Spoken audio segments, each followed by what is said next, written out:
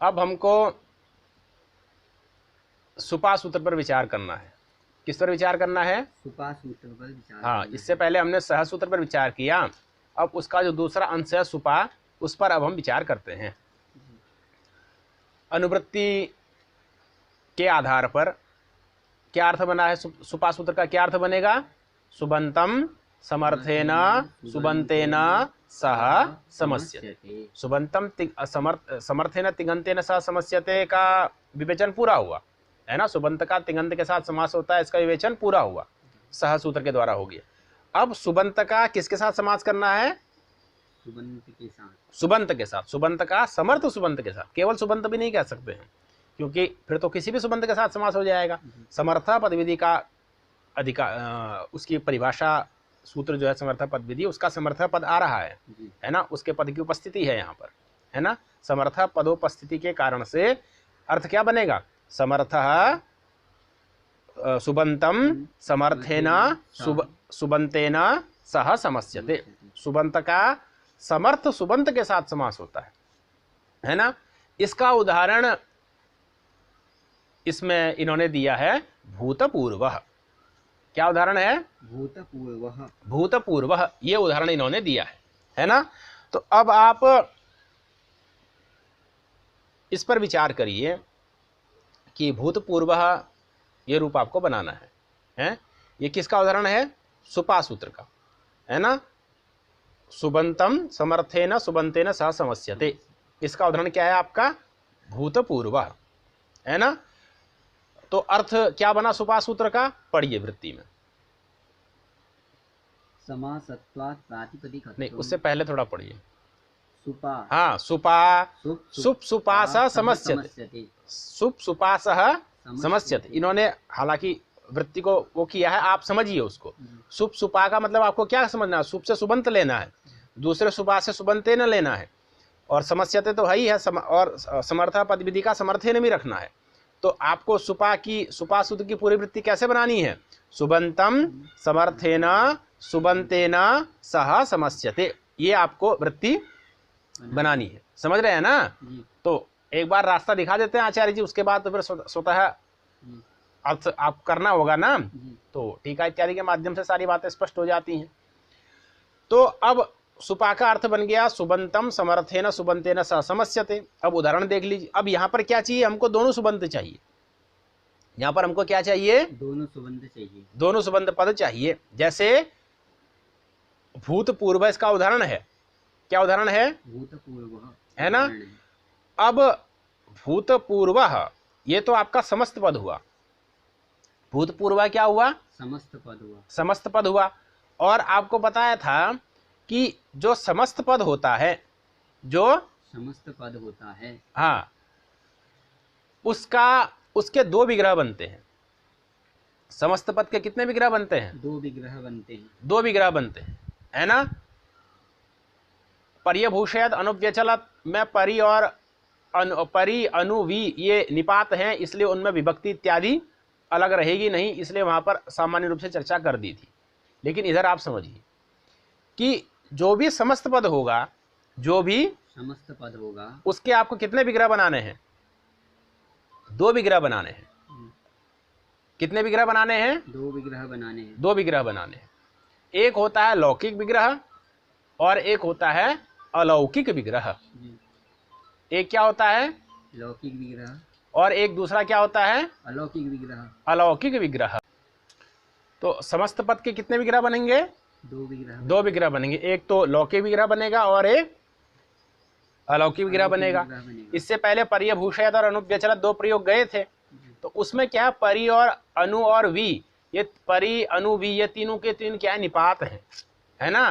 तो अव्ययी है, इसलिए इनमें आने वाली जो विभक्ति है उसका क्या हो जाता है? लुक हो जाता है। इसलिए लौकिक विग्रह और अलौकिक विग्रह दोनों आपका एक जैसा दिखाई देता है। लेकिन भूतपूर्व ये अव्ययी नहीं है। यहाँ पर भूतः भी अनव्ययी है, पूर्वम भी अनव्ययी है, इसलिए यहाँ पर आपको दोनों विग्रह स्पष्ट रूप से दिखाई देंगे, है ना। अब देखिए कि लौकिक विग्रह किसको कहेंगे और अलौकिक विग्रह किसको कहेंगे, ये पहले समझिए। तो लोके प्रयोगार्ह लौकिकः, है ना। जिसका लोक में प्रयोग कर सकते हैं, भाषा में जिसका प्रयोग हो सकता है वो लौकिक विग्रह हुआ। और जिसका भाषा में प्रयोग नहीं हो सकता, केवल व्याकरण शास्त्र की प्रक्रिया मात्र के लिए जिसका प्रयोग किया जाता है, उसको बोलते हैं अलौकिक विग्रह, है ना। लोके प्रयोगार्हः लौकिकः न लौकिकः इति अलौकिकः, है ना। तो अलौकिकः का मतलब ये हुआ व्याकरण शास्त्रीय प्रक्रिया निर्वाहार्थः अलौकिक विग्रह। व्याकरण शास्त्रीय प्रक्रिया के लिए जो विग्रह बनाया जाता है उसको क्या बोलते हैं, अलौकिक विग्रह कहते हैं, है ना। और ये समास इत्यादि होता है, ये समास किसमें होता है, अलौकिक विग्रह में होता है। समास किसमें होता है, अलौकिक विग्रह में होता है ना। अब इसको और स्पष्ट रूप से समझिए कि लौकिक विग्रह और अलौकिक विग्रह को हम कैसे करेंगे। किसी भी समस्त पद का अगर लौकिक विग्रह करना हो, है ना, या फिर अलौकिक विग्रह करना हो तो उसका क्या तरीका है। तो कहते हैं कि देखिए, समस्त पद का अर्थ जो बताएगा, जो विग्रह समस्त पद का अर्थ बताएगा वो आपका लौकिक विग्रह हुआ, है ना। जैसे भूतपूर्वः है, क्या है, भूतपूर्वः है, ये समस्त पद है कि नहीं है, जी भूतपूर्व समस्त पद है। अब इस भूतपूर्व का अर्थ क्या है, ये हमको जिज्ञासा होगी ना कि भूतपूर्व का अर्थ क्या हुआ। तो उसका अर्थ बताएगा इसका लौकिक विग्रह। भूतपूर्व का क्या अर्थ है ये कौन बताएगा, भूतपूर्व का जो लौकिक विग्रह है वह इसके अर्थ को बताएगा, है ना। तो भूतपूर्व का अर्थ क्या है, तो कहेंगे पूर्वम भूतः, जो पहले हो चुका है उसको हम भूतपूर्व कहते हैं। भूतपूर्व किसको कहते हैं, जो पहले हो चुका है, ये भूतपूर्व सैनिक हैं, जी व्यवहार होता है ना, क्या है, ये भूतपूर्व सैनिक है। तो भूतपूर्व सैनिक मतलब पहले सैनिक ये है रहे, उन्हीं को तो भूतपूर्व कहेंगे। भूतपूर्व प्रधानमंत्री अटल बिहारी वाजपेयी जी हमारे भूतपूर्व प्रधानमंत्री थे, तो भूतपूर्व थे मतलब पहले वो पूर्वम भूतः, पहले वो हुए थे, यही ना मतलब है। जी तो भूतपूर्व का अर्थ क्या है, पूर्वम भूतः, तो भूतपूर्व का अर्थ है पूर्वम भूतः। जी तो पूर्वम भूतः इस भूतपूर्व का क्या बन गया, विग्रह, लौकिक विग्रह बन गया। क्या बन गया, लौकिक विग्रह, क्योंकि लोक में ऐसा प्रयोग होता है। जैसे आप राजपुरुषा को लीजिए, राजपुरुषा भी समस्त पद है, जी इसका अब आप लौकिक विग्रह बनाइए तो राजपुरुषा का मतलब क्या है, राज्ञः पुरुषः, राजा का पुरुष, राज्ञः पुरुषः। तो राज्ञः पुरुषः ये अर्थ बता रहा है, किसका अर्थ बता रहा है, राजपुरुषा का अर्थ बता रहा है ना। तो अब राज्ञः पुरुषः राजपुरुषा का क्या बन गया, लौकिक विग्रह बन गया, है ना। इसलिए विग्रह का क्या लक्षण है, वृत्त्यर्थावबोधकम वाक्यम विग्रह। वृत्ति के अर्थ का अवबोधक जो वाक्य होता है उसको क्या बोलते हैं, विग्रह। और वृत्ति क्या है, तो वृत्ति आपकी 5 होती हैं, कृत तद्धित समास एक शेष सनाद्यंत धातु रूप, है ना। समास भी एक वृत्ति है। जी समास क्या है, एक वृत्ति है, राजपुरुषः में वृत्ति हुई है, कौन सी वृत्ति हुई है, राज्ञः पुरुष, राजपुरुषः, इसमें एक वृत्ति है, कौन सी वृत्ति है, समास वृत्ति है।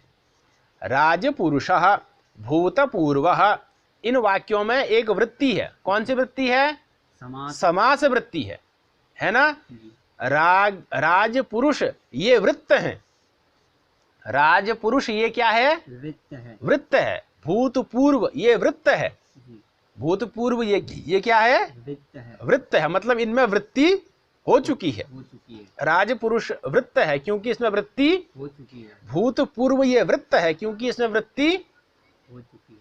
अब वृत्त्यर्थावबोधकम वाक्यम, पंक्ति का अर्थ लगाइए, वृत्त्यर्थ वृत्ति के अर्थ का अवबोधक, वृत्ति के अर्थ को बताने वाला जो वाक्य होगा उसको क्या कहेंगे, विग्रह कहेंगे। अब वृत्ति किसमें है, राजपुरुषः में है, जी भूतपूर्वः में है ना। इसके अर्थ को कौन बता रहा है, राज्ञः पुरुषः बता रहा है, पूर्वम भूतः बता रहा है। तो ये राज्ञः पुरुषः पूर्वम भूतः है ना, क्रमशः राजपुरुषः और भूतपूर्व के क्या बन गए, विग्रह बन गए। कैसे विग्रह बन गए, लौकिक विग्रह बन गए, क्योंकि आप लोक में प्रयोग करते हैं। किसने पूछा राजपुरुष शब्द से को अर्थ है, राजपुरुष शब्द का क्या अर्थ है, तो आप कहते हैं कि राज्ञः पुरुषः इत्यर्थः, राज्ञः पुरुषः ये इसका अर्थ है। तो राज्ञः पुरुषः का राज्ञः पुरुषः गच्छति या फिर राज पुरुषः गच्छति, दोनों प्रयोग करते हैं ना। तो अब जिस विग्रह का लोक में प्रयोग हो सकता है वो या होता है, भाषा में जिसका प्रयोग होता है उसको क्या बोलते हैं? लौकिक बोलते हैं। और जिसका केवल व्याकरण शास्त्रीय प्रक्रिया के लिए प्रयोग होता है उसको क्या बोलते हैं? अलौकिक अलौकिक विग्रह कहते हैं, है ना। और समास आदि जो समास है, समासांत प्रत्यय इत्यादि आगे आएंगे, वह सब कहाँ उनकी सारी प्रक्रिया कहाँ होती है? अलौकिक विग्रह में ही होती है, ठीक है ना। अलौकिक विग्रह कैसे बनाएंगे इस पे आपको विचार करना है। तो आप देखिए समस्त पद को लीजिए, समस्त पद का पहले लौकिक विग्रह बनाइए, फिर लौकिक विग्रह में जो पद है ना उनकी विभक्ति को अलग कर दीजिए, प्रातिपदिक को अलग कर दीजिए। जैसे राजपुरुषः ये समस्त पद है, इसका लौकिक विग्रह क्या बना? राज्ञः पुरुषः। अब राज्ञः जो पद है उसमें से आप प्रातिपदिक को अलग कर दीजिए, प्रातिपदिक क्या आया? राजन। और विभक्ति को अलग कर दीजिए, कौन विभक्ति है? ngस विभक्ति है, षष्ठी में है ना राज्ञः, तो ngस विभक्ति है। तो और इधर पुरुषः है, तो पुरुषः में क्या प्रातिपदिक है? पुरुष। उधर विभक्ति क्या है? सु। तो इधर क्या बन गया? राजन ngस पुरुष ये बन गया ना। तो ये इसका क्या बन गया? अलौकिक विग्रह बन गया। किसका? राजपुरुषः का। राजपुरुषः का अलौकिक विग्रह क्या बन गया? राजन पुरुष सु, ये हो गया। अब आपको जो समास करना है ना, यहाँ पर जो आपको समास करना है षष्ठी सूत्र से, वो इसी अवस्था में करना है। किस अवस्था में? राजन ngस पुरुष सु, इस अवस्था में करना है ना। ऐसे इधर दूसरा उदाहरण क्या है आपका? भूतपूर्वः। तो भूतपूर्वः का लौकिक विग्रह क्या है? पूर्वम भूतः। अलौकिक विग्रह क्या बनेगा? पूर्व अम भूत सु, ये बन गया आपका अलौकिक विग्रह। अब आपको जो समास करना होगा सुपा सूत्र से, वो पूर्व अम भूत सु इस अवस्था में करना होगा, ठीक हो गया ना। तो अब आप समास कर दीजिए। सुपा सूत्र आपका समास करने वाला सूत्र है, उस सुपा सूत्र से आप पूर्व अम भूत सु में क्या कर दीजिए? समास कर दीजिए। समास हो गया ना। तो समास का फल क्या है? यहाँ पर समासत्वात् प्रातिपदिकत्वम लिखा है ना पंक्ति में। क्या लिखा है? समासत्वात् प्रातिपदिकत्वम। जैसे ही आपने पूर्व अम भूत सु में समास किया सुपा सूत्र से, तो समास होते ही इसकी प्रातिपदिक संज्ञा हो गई। किससे? कृत तद्धित समासाश्च। इस सूत्र से क्या हो गई? प्रातिपदिक संज्ञा हो गई। अब प्रातिपदिक संज्ञा का यहाँ पर जो आपने प्रातिपदिक संज्ञा की उसका क्या फल है? तो उसके लिए अगला सूत्र आ गया सुपो धातु प्रातिपदिकयोः। क्या सूत्र आ गया? सुपो धातु प्रातिपदिकयोः। हाँ, अब ये जो सूत्र है ये क्या करता है? सुप का लुक कर देता है। सुप का लुक कर देता है। यहाँ पर सुप कौन कौन है? एक तो पूर्व अम सुप है, भूत सु सुप है ना। इन दोनों का ये क्या कर देगा? लुक कर देगा। लुक किसको बोलते हैं? अदर्शन को। प्रत्यय के अदर्शन की एक संज्ञा है लुक। प्रत्ययस्य लुक स्लु लुपः। प्रत्यय के अदर्शन की संज्ञा है ना लुक स्लु लुप, ये तीन संज्ञाएं होती है ना। तो अब देखिए क्या बना कि सुपो धातु प्रातिपदिकयोः सूत्र क्या करेगा? अब ये जो सुप है ना, अब पहले इसके सूत्र पर के अर्थ पर विचार करिए। सुपो धातु प्रातिपदिकयोः, धातुश्च प्रातिपदिकञ्च इति धातु प्रातिपदिके तयोः धातु प्रातिपदिकयोः। षष्ठी विभक्ति द्विवचन का है। और षष्ठी का अर्थ क्या है? अवयवा वैविभाव संबंध। षष्ठी का अर्थ संबंध होता है। यहाँ पर कौन सा संबंध लेना है? अवयवा वैविभाव संबंध लेना है। इसीलिए अर्थ क्या है कि धातु का अवयव जो सुप, प्रत्यय का अवयव जो उसका क्या होता है? लुक हो जाता है ना। सुपः षष्ठ्यंत है, सुपः इधर षष्ठ्यंत है, धातु प्रातिपदिक भी षष्ठ्यंत है। तो धातु का अवयव जो सुप उसका भी लुक हो जाएगा, और प्रातिपदिक का अवयव जो सुप उसका भी क्या हो जाएगा? इसलिए वृत्ति क्या लिखी है? एतयोः अवयवस्य लुक स्यात्। एतयोः कयोः? धातु प्रातिपदिकयोः अवयवस्य लुक स्यात्। अवयवस्य सुपः लुक स्यात्। धातु और प्रातिपदिक का अवयव जो सुप उसका क्या हो जाएगा? लुक हो जाएगा। धातु का अवयव सुप आपका कहाँ मिलेगा? नाम धातु में मिल जाएगा। पुत्री यति इत्यादि स्थल पे आपका मिल जाएगा, मिल जाएगा। है ना। पुत्रम आत्मन इच्छति पुत्री यति, यहाँ पर अम जो है ना, अम उसका बीच में से क्या हो जाता है, लुक हो जाता है ना। उसका उदाहरण आपको मिलेगा। यहाँ पर किसका उदाहरण आपके सामने है, प्रातिपदिक का है। प्रातिपदिक कौन है, पूर्व अम भूत सु। किसने प्रातिपदिक संज्ञा की है, कृत तद्धित समासाश्च, इसने प्रातिपदिक संज्ञा की है। समास है ना, इसीलिए क्या बनी, इसकी प्रातिपदिक संज्ञा हुई। प्रातिपदिक संज्ञा होने से सुपो धातु प्रातिपदिकयोः सूत्र के द्वारा अब क्या हो जाएगा, इधर अम का लुक हो जाएगा, उधर सु का लुक हो जाएगा, क्योंकि सुप का लुक होता है ना। तो पूर्व अम में से अम निकल गया, भूत सु में से सु चले गया, उसका अदर्शन हो गया, है ना। श्रवणा भाव, अदर्शन मतलब श्रवणाभाव, उसका आप श्रवण नहीं होगा, ठीक है ना। तो अब यहाँ क्या स्थिति रह गई आपके सामने, पूर्व भूत, ये स्थिति रह गई ना। तो सुपो धातु प्रातिपदिकयोः की वृत्ति पढ़ दीजिए, अर्थ लग गया सूत्र का। चलिए सरल ही सूत्र है, चलिए। एतयोः अवयवस्य सुपो लुक् स्यात्, एतयोर अवयवस्य सुपो लुक् स्यात्, इनका अवयव जो सुप धातु और प्रातिपदिक का अवयव जो सुप, उसका क्या हो जाता है, लुक हो जाता है। अवयव अर्थ कैसे आया, क्योंकि षष्ठी का अर्थ अवयवावयी भाव संबंध, अवयवावयी भाव संबंध अर्थ में षष्ठी आई है, ठीक है ना, इसलिए अवयव अर्थ आ गया। चलिए भूतपूर्वे चरट, अब देखिए, अब ये स्थिति, अब आप यहाँ इस अव्ययी भाव समास में क्या है ना, कि समास की जो प्रक्रिया है उसका मूल आपको परिचय इसमें प्राप्त होगा, जो भी समास में प्रक्रिया होती है। इसलिए इसमें आपको थोड़ा मेहनत की भी आवश्यकता होती है अव्ययी भाव समास में। अव्ययी भाव समास में अगर मेहनत कर लेंगे तो आगे आपका फिर सरल हो जाएगा, फिर आगे कोई समास में इतना सामर्थ्य नहीं रहता है ना। अव्ययी भाव समास में मेहनत की आवश्यकता होती है। अब देखिए क्या है कि आपका इधर आगे सूत्र आएगा उपसर्जनम पूर्वम, एक सूत्र आएगा, क्या सूत्र आएगा, उपसर्जनम पूर्वम, जिसकी उपसर्जन संज्ञा होती है उसको समास में पहले रखा जाता है। जो पद होगा ना उसमें पहले, समास दो पदों का होगा, उन दोनों पदों में से पहले किसको रखा जाएगा, जिसकी उपसर्जन संज्ञा होगी, जो उपसर्जन होगा। अब ये उपसर्जन संज्ञा होती किससे है, तो सूत्र आएगा प्रथमा निर्दिष्टम समास उपसर्जनम, ये सूत्र आगे आएगा, है ना। जो प्रथमा निर्दिष्ट होता है उसकी उपसर्जन संज्ञा होती है, इसका विवेचन आगे आएगा। अभी इतना समझिए कि यहाँ पर जो पूर्व अम भूत सु, ये आपका स्थिति बनी। पूर्व अम भूत सु तो अब रही नहीं, क्या स्थिति रही है आपके सामने, पूर्व भूत, क्या है, पूर्व भूत, ये स्थिति आपके सामने रही है ना।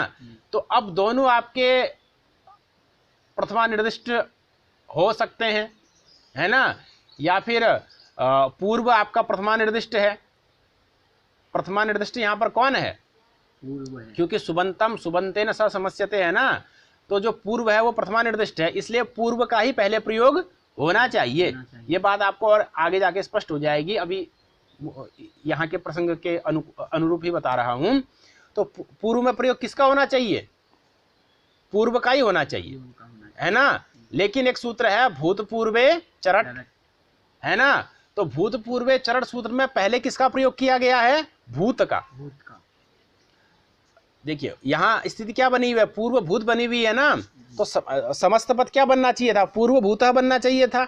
लेकिन चूंकि भूतपूर्वे चरट सूत्र में आचार्य पाणिनि जी ने स्वयं किसको पहले रखा है, भूत को पहले रखा है, इसलिए आचार्य जी के वचन को प्रमाण मानते हुए हम भूत को कहाँ ले आएंगे, पूर्व में ले आएंगे। तो क्या स्थिति बन जाएगी, भूतपूर्व, भूतपूर्व बन जाएगी, ठीक है ना। अब एक बात और समझिए कि जब पूर्व अम भूत सु ऐसी स्थिति थी, अलौकिक विग्रहावस्था, पूर्व अम भूत सु, उस स्थिति में समास हुआ सुपा सूत्र से। समास होने के बाद प्रातिपदिक संज्ञा हुई, किससे, प्रातिपदिक संज्ञा किससे हुई, कृत तद्धित समासाश्च से। अब प्रातिपदिक संज्ञा हुई किसकी हुई, पूर्व अम भूत सु की हुई ना। उसके बाद हमने अम और सु को निकाल दिया, तो फिर क्या बचा, पूर्व और भूत। अब ये भी प्रातिपदिक कहलाएगा कि नहीं कहलाएगा, कहलाएगा। कैसे कहलाएगा, एक देश विकृत न्याय से कहलाएगा। कुत्ता है, उसकी अगर पूंछ काट दी जाएगी तो वो कुत्ता ही रहेगा ना। तो ऐसे ही पूर्व अम भूत सु प्रातिपदिक था, उसका अवयव सुप चले गया, तो वो भी प्रातिपदिक कहलाएगा कि नहीं। अब भूत पहले आकर के बैठ गया, पूर्व बाद में जाकर के बैठ गया, तो ये भी प्रातिपदिक कहलाएगा कि नहीं, एक देश विकृत न्यायेन, एक देश विकृत अन्य एक देश के विकृत होने पर भी वो अन्य की तरह नहीं रहता, वो अपनी तरह ही रहता है। जिसका एक देश विकृत हो जाता है वो अन्य की तरह नहीं स्ववत ही होता है, अपनी तरह ही वो होता है। तो इसीलिए अब भूत अगर पहले आ गया तो भूत पूर्व भी प्रातिपदिक तो कहलाएगा ही कहलाएगा, है ना। और जब ये प्रातिपदिक बन गया तो प्रातिपदिक संज्ञा का फल क्या है, यहाँ प्रातिपदिकात सु आ जाएगा, स्वादि विभक्तियां हो जाएंगी ना। तो भूत पूर्व से फिर क्या आ जाएगा, सु आ जाएगा। सु आने से उसको ऋतु विसर्ग हो जाएगा, उसकी प्रक्रिया सब होकर के क्या बन जाएगा, भूतपूर्व, ऋतु विसर्ग हो जाएगा ना, स्वादि प्रक्रिया होकर के भूतपूर्व, ये रूप आपका बन जाएगा। क्या बन गया, भूतपूर्व। ये किसका उदाहरण हुआ, सुपा का। किसका उदाहरण हुआ, सुपा का। सुपा सूत्र का उदाहरण हो गया भूतपूर्व। ठीक है ना। चलिए पढ़ दीजिए फटाफट पंक्ति।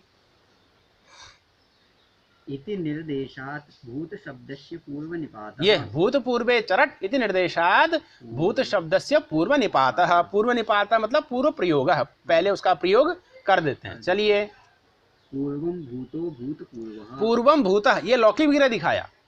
पूर्वम भूतः ये क्या दिखाया, लौकिक विग्रह दिखा दिया ना। और उसी का फिर अलौकिक विग्रह बना करके सारी प्रक्रिया कर करके क्या रूप बन गया, भूतपूर्व। ये रूप आपका बन गया, भूतपूर्व बन गया ना। चलिए इवेन समासो विभक्त्य लोपश्च। हाँ, इवेन समासो विभक्त्य लोपश्च, एक ये वार्तिक है, यह वार्तिक है इव के साथ समास करता है। किसका समास करेगा, तो ऊपर के जो तीन पद हैं वो आपके चलते रहेंगे। सुबंत का इव इसके साथ, इव इस अव्यय के साथ समास करता है। सुबंत का इव इस अव्यय के साथ समास करता है ना। तो इवेन समासः, इव इस अव्यय के साथ समास होता है। समास का फल क्या है, प्रातिपदिक संज्ञा, है ना। प्रातिपदिक संज्ञा का फल यहाँ पर क्या है, सुप का लुक, सुपो धातु प्रातिपदिक सूत्र से, है ना। लेकिन ये एक काम और कर रहा है, विभक्त्य लोपश्च, कि सुपो धातु प्रातिपदिक सूत्र के द्वारा जो विभक्ति का लुक प्राप्त होता है उसका निषेध भी कर रहा है। इवेन समासः, सुमंत का इव इस अव्यय के साथ समास भी होगा और विभक्त्य लोपश्च, विभक्ति का लोप भी नहीं होगा। विभक्ति अलोपश्च, विभक्ते है अलोप, विभक्त्य लोप, विभक्ति का अलोप होगा, विभक्ति का श्रवणाभाव नहीं होगा, श्रवण होगा, है ना। समास समस्त पद में भी विभक्ति सुनाई देगी, है ना। तो अब देखिए उदाहरण क्या दिया, जीमूतस्येव, जीमूतस्येव, जीमूतस्य इव, जीमूतस्य, जीमूतस्य आपका समर्थ सुबंत है, उसका इव इस अव्यय के साथ समास किया। किसने समास किया, समासो विभक्त्य लोपश्च। अब देखिए जीमूतस्येव, ये आपका जीमूतस्येव समस्त पद है, उसका लौकिक विग्रह क्या बनेगा, जीमूतस्य इव, और अलौकिक विग्रह क्या बनेगा, जीमूत नस इव। इव तो अव्यय है ना, वहां तो विभक्ति रहेगी नहीं। जैसे परिय भूषयत अनुव्यचलत में नहीं थी, ऐसे इव में भी नहीं है ना। तो जीमूत नस इव। अब यहाँ पर समास करने के लिए वार्तिक आ जाएगा, कौन, समासो विभक्त्य लोपश्च, समास कर देगा। समासत्वात् क्या हो जाएगी, किससे, कृत समासाश्च। प्रातिपदिक संज्ञा होते ही कौन सूत्र आ जाएगा, धातु प्रातिपदिक हो। वो आके क्या करने लगेगा, नस का लुक करने लगेगा ना, नस का लुक करने लगेगा ना, उसको ये रोक देगा। विभक्त्य लोपश्च कहेगा, विभक्ति का लोप नहीं होता है। तो कैसा रहेगा, जीमूतस्य इव, मिला दो, जीमूतस्येव बन गया ना, नहीं बन गया। अब यहाँ पर एक बात और जान लीजिए कि यहाँ पर आपका सुपा सूत्र से भी समास हो सकता था। देखिए एक बात बताता हूँ आपको, सुपा सूत्र है आपका, क्या सूत्र है, सुपा सूत्र है। इसका मतलब क्या है, सुबंत का सुबंत के साथ समास होता है। सुप सुपा समस्यते है ना, सुबंत का सुबंत के साथ में समास। तो जीमूतस्य भी सुबंत है कि नहीं है, इव भी सुबंत है भाई, सु तो उससे आया ही था ना, अव्यय से भी सु तो आता ही है, सुबंत तो होता ही है, वो बड़ी सु का लुक हो जाएगा, लेकिन सुबंत तो कहलाएगा ही ना। तो जीमूतस्य भी सुबंत है, इव भी सुबंत है, तो सुपा सूत्र से समास हो सकता था। फिर भी आपका ये वार्तिक क्यों बनाया गया, तो इसका एक तो विभक्ति का अलोप भी फल है, और दूसरा अगर सुप सुपा सूत्र से समास करते तो फिर इव का पूर्व प्रयोग हो सकता था। किसका प्रयोग हो सकता था? इव का पूर्व प्रयोग हो सकता, क्योंकि सुबंत तो वो है ना, क्या है वो? सुबंत तो है, और प्रथमा निर्दिष्ट होने से, उपसर्जन संज्ञा होने से वो पहले आ सकता था, है ना, इसलिए उसको तृतीयांत बना दिया। उसको क्या बना दिया? तृतीयांत बना, इसलिए वो पहले नहीं आ सकता, ये वो पहले नहीं आ सकता, वो बाद में ही जाएगा। एक तो इसका ये फल हो गया, विभक्ति लोभी भी फल हो गया। अब सुप सुपा, अब ये जो आपके सामने दो उदाहरण आए सुपा सूत्र के, एक सुपा का तो भूतपूर्व आया, और इवेन समास व्यक्ति लोपश्च का जीमूतस्येव आया। अभी तक आपने 4 समस्त पदों की सिद्धि की है, पर्यभूषयत, अनुव्यचलत हैं, और भूतपूर्व जीमूतस्येव। इनमें से 2 तो आपके चले गए सुबंत का तिङंत के साथ समास की कोटि में, और 2 आ गए आपका सुबंत के साथ समास की कोटि में, है ना। तो पर्यभूषयत, अनुव्यचलत तो सहसूत्र के उदाहरण हो गए, और भूतपूर्व आपका सुपा का उदाहरण हो गया, और जीमूतस्य वो आपका इवेन समास विभक्ति लोपश्च का उदाहरण हो गया, है ना। अब ये जो समास है इसका नाम क्या हो, ये प्रश्न है। ये जो समास है, भूतपूर्व में जो समास हुआ या जीमूतस्य में जो समास हुआ, इसका नाम क्या हो, है ना। तो इसको आचार्य वरदराज जी ने क्या नाम दिया? केवल समास नाम दिया। आचार्य वरदराज जी ने इसको क्या नाम दिया? केवल समास। क्या लक्षण किया? विशेष संज्ञा विनिर्मुक्त केवल समास प्रथमः, ऐसा लक्षण किया ना लघु सिद्धांत कौमुदी में। विशेष संज्ञा विनिर्मुक्त केवल समास प्रथमः। पहला समास कौन सा है? केवल समास है। विशेष संज्ञा विनिर्मुक्त, उसका कोई नाम नहीं, विशेष संज्ञा से विनिर्मुक्त है।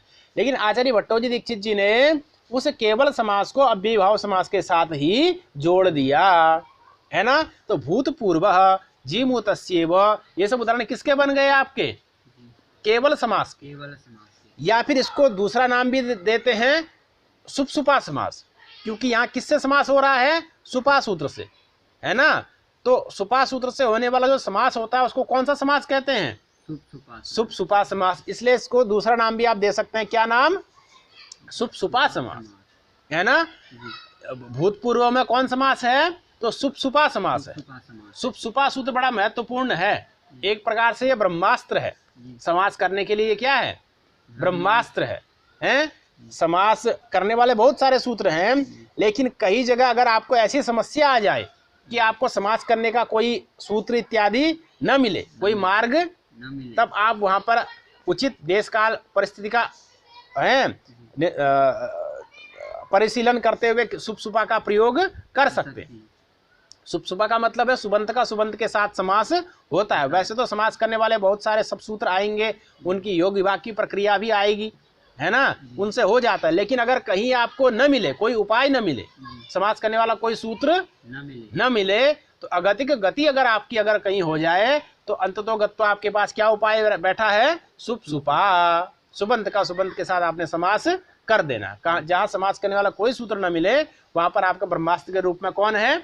सुप सुपा समास बैठा है। लेकिन इसका उपयोग आपको उचित स्थान पर ही करना है, सर्वत्र नहीं करना है। पहले देख लेना है, सारी परिस्थिति को देख लेना है, उसके बाद आपको सुप सुपा से एक आपके पास ये भी अस्त्र रहता है समास करने वाला, सुप सुपा समास, ठीक है ना। तो इस प्रकार से हमारा सबसे पहला समास संपूर्ण हुआ, जिसका नाम है सुप सुपा समास। ठीक, अब इसके पढ़िए मूल में क्या लिखा है? इवेन समासो विभक्ति लोपश्च, आगे आगे अव्ययी भाव, अव्ययी भाव।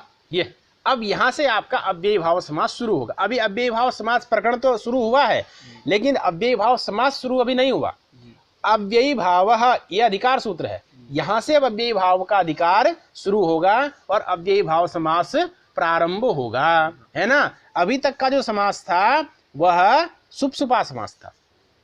अभी तक का जो समास था वो कौन सा समास था? इसी को आचार्य वरदराज जी ने क्या नाम दिया? केवल समास नाम दिया, है ना। लेकिन इसमें आपको मूलभूत प्रक्रिया का ज्ञान करा दिया गया। क्या ज्ञान करा दिया गया? कि एक तो आपको समर्थ पदों में समास करना है, किसमें समास करना है? समर्थ पदों पदों में समास करना है। समास करने के बाद क्या होगी? प्रातिपदिक संज्ञा होगी। जी। प्रातिपदिक संज्ञा होते ही सूत्र कौन सा आएगा? सुबो धातु प्रातिपदिक ही आएगा, है ना, वो सुब का लुक करेगा। जी। फिर उचितानुचित जो भी पूर्व प्रयोग इत्यादि है उसको करने के बाद आपको एकदेश विकृतन न्याय से दोबारा से प्रातिपदिक संज्ञा कर करके समस्त पद से फिर क्या लाना है? विभक्ति लानी है। एक बात और है, जीमूतस्येव में जो आपका समस्त पद बनाना, जीमूतस्येव गुण होने के बाद वहां पर फिर एकदेश विकृतन न्याय न प्रातिपदिक संज्ञा फिर होगी।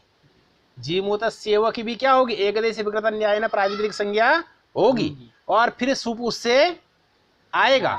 लेकिन चूंकि इव अव्ययी है, इव क्या है? अव्ययी है। उसके बाद में आने वाला जो सु होगा उसका क्या हो जाएगा? लुक हो जाएगा। अव्ययाद आप सुपह, इसलिए वहां पर विभक्ति का श्रवण नहीं होता है ना।